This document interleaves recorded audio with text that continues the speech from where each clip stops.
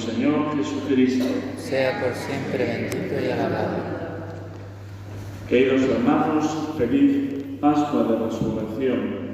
Todavía muchos de nosotros no nos hemos encontrado antes y lo hacemos ahora en el marco de este encuentro mensual, de nuestra cita con el Señor por medio de nuestro querido Padre Pío de Pietrelcina.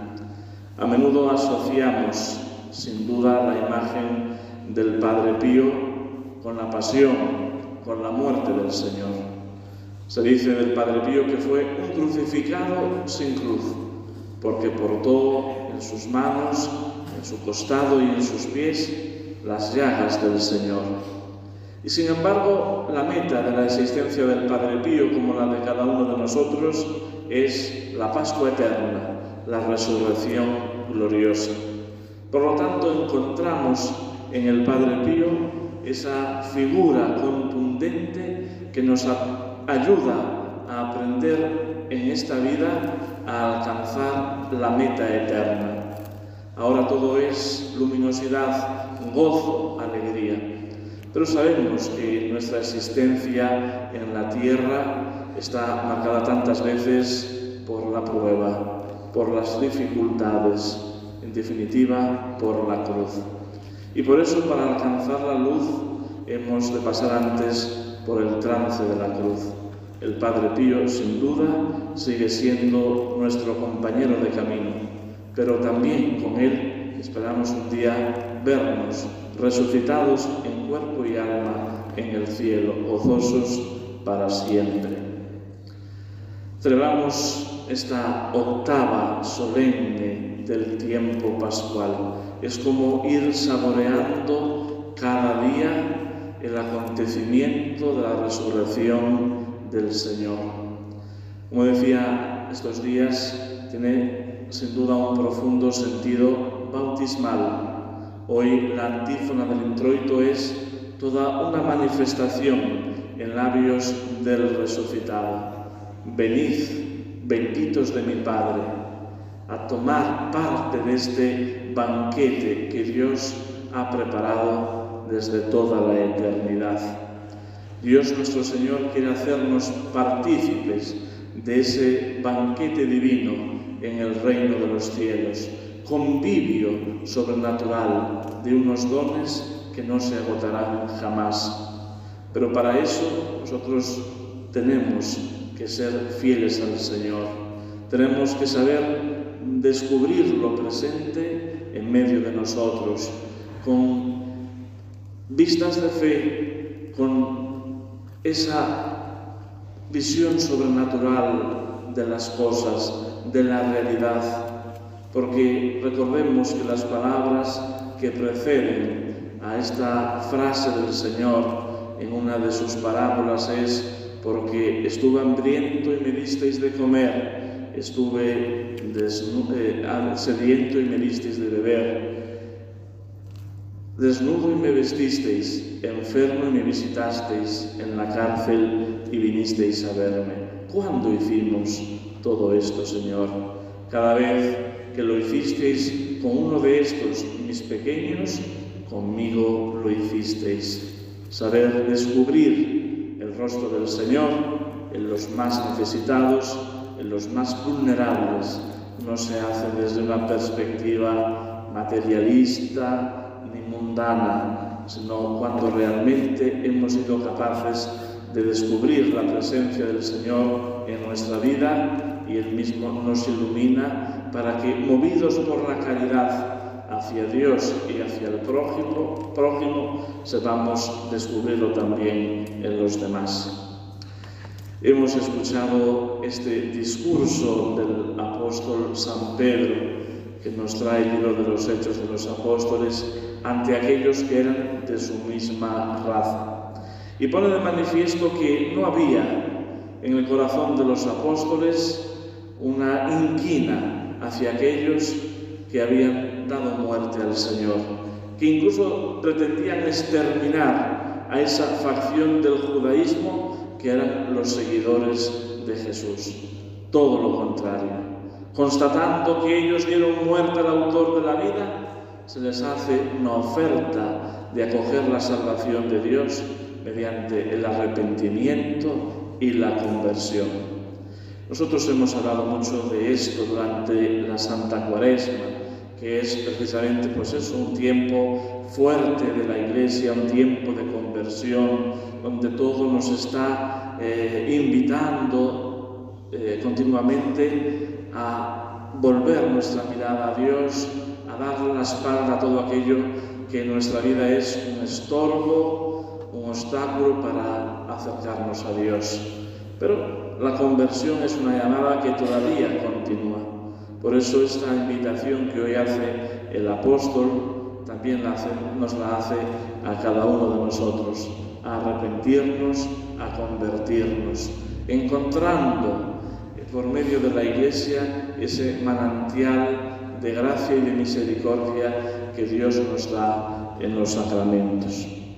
Y ya poniendo la mirada en el Santo Evangelio, los discípulos están otra vez en Galilea, conforme a aquel mandato que ya había dado los ángeles junto al sepulcro de las santas mujeres. Id y decidle a los discípulos que vayan a Galilea. Es el retorno al origen, a donde comenzó todo. Todavía había mucha confusión y por tanto ellos tienen que volver a sus actividades, a lo que saben hacer. Se tienen que poner a pescar, hay que ganarse el pan para el sustento. Y es en ese ambiente donde sucede por segunda vez un milagro, el de la pesca milagrosa. Nuestro Señor Jesucristo se hace presente en el lago y allí le pregunta a los apóstoles, a los discípulos, acerca de aquello que están realizando de una forma ineficaz. Y sin embargo, en medio de su tarea, de su esfuerzo, de su dedicación, en ese momento de oscuridad de la noche, la presencia de Jesús ilumina el lugar donde ellos tienen que echar las redes para pescar con abundancia. Ellos obedecen al Señor, como lo habían hecho en aquella primera ocasión. En tu nombre echaré las redes, había respondido aquella vez el apóstol San Pedro. Y nuevamente el apóstol San Pedro, al escuchar que es el Señor, se dirige inmediatamente hacia él con un gesto de respeto, de reverencia. No puede ir de cualquier manera, se cubre y se echa al mar. Ni siquiera espera ir en la embarcación con sus compañeros. Tiene ansia por encontrarse nuevamente con Jesucristo resucitado. Y entonces hay una peculiar escena. Nuestro Señor Jesucristo está asando un pez en la orilla. Ese pez misterioso que quiere ofrecerles a ellos como alimento. Hay muchas teorías que ya los santos padres estuvieron indagando acerca del significado de este pez. Bueno, sabemos que para los primeros cristianos, que en muchos casos tenían que tomar un lenguaje simbólico para comunicarse, la utilización del pez, de un símbolo, de un pescado o de una paloma, como se constata no solamente en muchos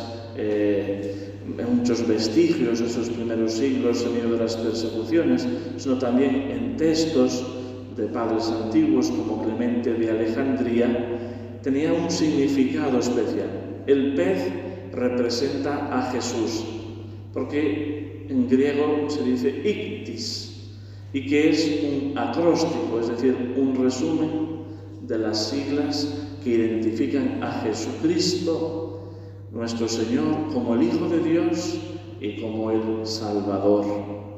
Y por tanto, el pescado representa al mismo Jesús. Y evidentemente el pan también, porque tiene esa connotación de la Santísima Eucaristía. Muchas veces recordando aquella multiplicación de los panes, también aquellos 5 panes y 2 peces fueron figura de la Santísima Eucaristía. Y así el Señor quiere alimentar a sus discípulos con este pan divino que es el alimento de aquellos que trabajan, de aquellos que tantas veces echan las redes y encuentran el vacío, la ineficacia, porque tienen que afinar el oído para escuchar la palabra del Señor, para saber dónde es necesario, es bueno, conveniente pescar. Y para eso hay que alimentarse con el cuerpo y la sangre de Cristo, con la Santísima Eucaristía. Vamos viendo cómo toda la octava pascual tiene también este profundo sentido eucarístico. Pero también podríamos darle otro sentido simbólico. Como la Santa Cuaresma, a lo largo de estos días de la octava hay una misa estacional en distintas basílicas romanas. El lunes era la Basílica de San Pedro, ayer la Basílica de San Pablo Extramuros, hoy la Basílica de San Lorenzo.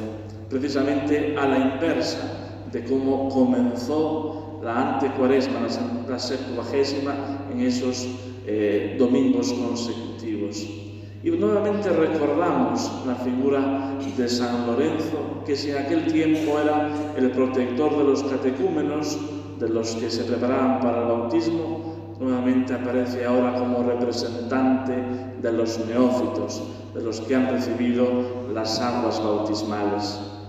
Y San Lorenzo está representado precisamente en ese pez sobre las brasas, en ese otro Cristo que supo inmolarse, lleno de caridad, precisamente en ese servicio supremo de amor que fue su entrega generosa, siendo martirizado sobre una parrilla. Pues Él nos da la clave de cómo nosotros en ese alimento divino debemos de inflamarnos, no con un fuego físico, sino con un fuego sobrenatural que es el mismo Jesucristo, el fuego de su amor, el fuego de su caridad, que inflama nuestro corazón en ese ansia redentora por la salvación de las almas. La salvación de las almas que aparece representada, y concluyo, en esa red repleta. Se da una cifra, 153. También los padres intuyen que el número tiene un sentido simbólico. Alguno, como San Jerónimo, creo recordar, dice que era el número de las especies de peces, de seres que andaban en las aguas, que se conocía en aquel tiempo. Y representa la universalidad de la obra salvadora de Cristo, que se quiere llevar a toda la humanidad, porque Dios quiere que todos los hombres se salven y lleguen al conocimiento de la verdad.